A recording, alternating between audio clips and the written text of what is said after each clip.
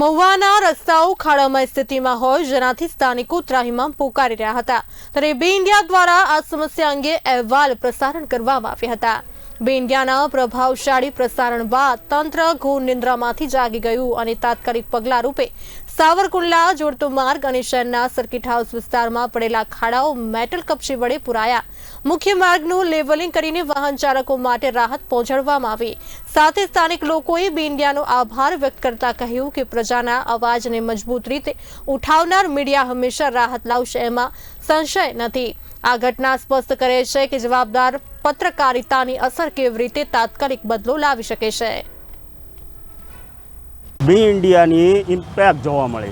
હા, જે વાત કરવામાં આવે તો મહુવા શહેરમાં બે ઇન્ડિયા વારંવાર જે દ્રશ્યો દેખાડ્યા હતા કે મહુવા શહેર ખાડા નગરી બની ચૂકી છે। ખાડા નગરીને લઈને અત્યારે મહુવા શહેરના જે સર્કિટ હાઉસ વિસ્તાર જે હતો તે વિસ્તારની અંદર ખાડા પડી ગયા હતા મસ્ત મોટા અને રાહદારી અને વાહન ચાલકોને ભારે હાલાકીનો સામનો કરવાનો વારો આવી ચૂક્યો હતો।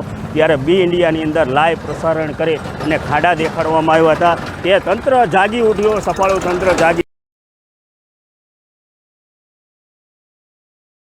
અને તાત્કાલિક ધોરણે આ સર્કિટ હાઉસ વિસ્તારની અંદર જે સાવરકુંડલાને જોડતો રોડ હતો, જે મુખ્ય માર્ગ તરીકે ઓળખાતો રોડ હતો, તે રોડની અંદર તાત્કાલિક ધોરણે આ ખાડા પૂરી અને અત્યારે લોકોના સુખાકારી માટે કામ શરૂ કરી દીધું અને અત્યારે જે ખાડા હતા તે પૂર્ણ કરી અને વાહન ચાલકોને અને રાહદારીઓને મુશ્કેલી નથી પડી રહી। ત્યારે ચોક્કસ પ્રમાણે કહી શકાય કે બે ઇન્ડિયાની અંદર મહુવા શહેરમાં જે પડતી મુશ્કેલી હોય તે અહેવાલ પ્રસારણ કરવામાં આવે છે। ત્યારે બે